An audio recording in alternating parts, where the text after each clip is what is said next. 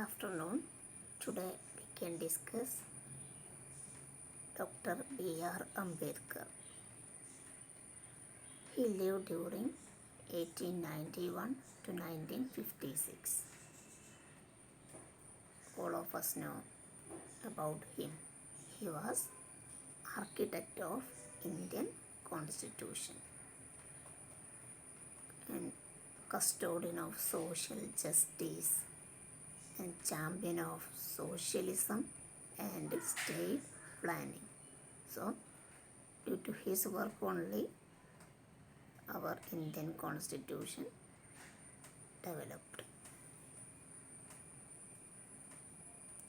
His major works are Ancient Indian Commerce and National Dividend of India. The main economic ideas of Ambedkar are studied under 4 sections. First one, financial economics.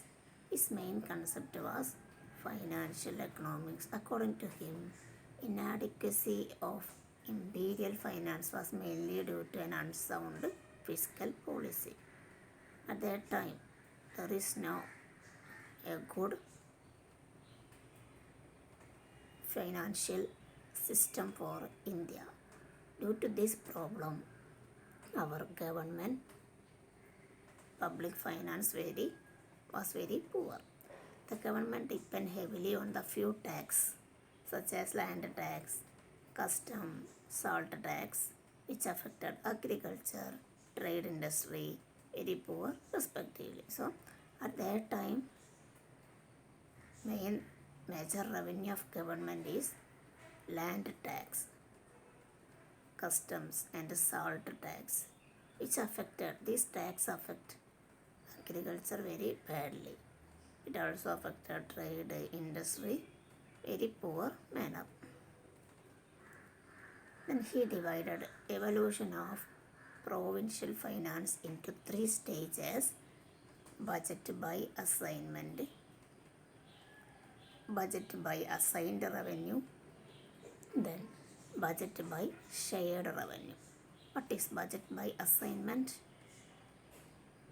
This period is considered from 1871-72 up to 1876-77. Under the system of budget by assignment, assignment of funds from imperial treasury was adopted as a method of supply to balance provincial budget. Under the system of budget by assignment, assignment of fund from imperial treasury was adopted as a method of supply of balance the provincial budget. This period, government mainly concentrated to find out fund for budget. He considered provincial budget was economical and beneficial. He means provincial budget means state budget. Under this system, revenue increased, receipt from services expanded, and evasion decreased. So he gave much importance to state budget. Through state budget, revenue may be increased and receipt from different services also will increase and tax avoidance will decrease. Evasion means tax avoidance. Then budget by assigned revenue. This period is considered from 1877-78 up to 1881-82. Under the system, in place of fixed assignment, the province were given certain source by revenue. The yield depended upon good management also. So, in the earlier time, they gave much importance to land tax only. This period, they gave more systems, other methods also to collect revenue for government. Budget by shared revenue. That period is considered from 1882 to 83 up to 1920-21. In earlier time, budget was grouped under 2 categories: imperial and provincial. Here imperial means central, provincial means state.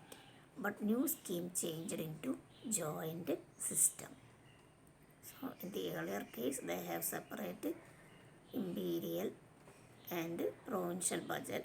This period budget by shared revenue means they joined their system, combined their budget. Then next idea is rupee value. He expressed the decline in external value of rupee from 21.63 in 1987 to 16.73 in 1892. So from the period of 1875 to 1892, rupee value of currency is decreased. So because at that time inflation was very high, no value for the Indian rupee. During 1875 our value of Indian rupee was 21.63, but it is reduced, declined, lowered to 16.73 in 1892. Then his next concept is agriculture economics. His contribution to agriculture economics lies in his suggestion that input-output relation should be there. He believed industrialization would have beneficial effect upon agriculture development. His contribution to agriculture economics is a great achievement. In his suggestion, input-output relationship, resource-product relationship should be there. If we use good resource, surely from there we will get good output. He believed industrialization would have beneficial effect upon agriculture development. He strongly recommended the use of industrialization machines in the field of agriculture. The next concept, economics of caste. He believed caste system based on birth would not improve society. At that time, Indian society strongly believed in the casteism. Now also in the North India, like that states strongly believed in the casteism. But at that time it was very bad situation. So SC, scheduled caste or Harijans were worst sufferers of caste system. Due to this caste system, scheduled caste, scheduled tribes and Harijans were suffered highly. So in our constitution, he strongly recommended for equality to all citizens of India. His major idea was equality to all. He strongly stated this sentence in our constitution.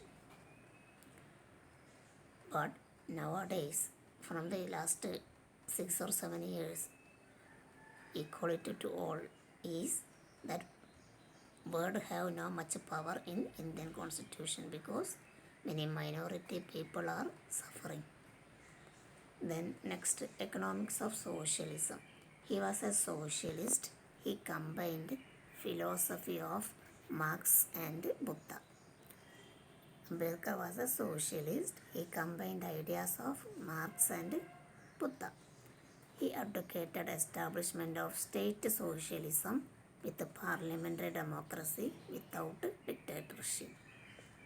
But he favored socialism with parliament system, not without dictatorship. Dictatorship means kinship. Parliament system is only in a democratic manner. So he believed socialism with parliamentary system, that is with democracy without dictatorship. So the major ideas of the Ambedkar, he was the architect of Indian constitution, was the custodian of social justice and champion of socialism and planning. His major works are Ancient Indian Commerce, National Dividend of India, and he studied under 4th section economic ideas or financial economics. At that time, central government budget was very poor and he suggested some ideas to develop budget system. So he divided budget into 3 assignments, revenue and shared revenue. These 3 periods he explained in a good manner. Then he estimated the rupee value also, that is declining.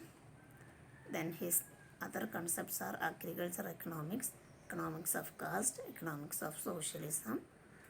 Now we completed our topic. In this chapter we have also Islamic thought also, that is already discussed in the first chapter. That ideas are same to here also. Indian economic Islamic ideas are also similar to Western Islamic economic ideas. Now we completed our subject history of economic thought. Thank you.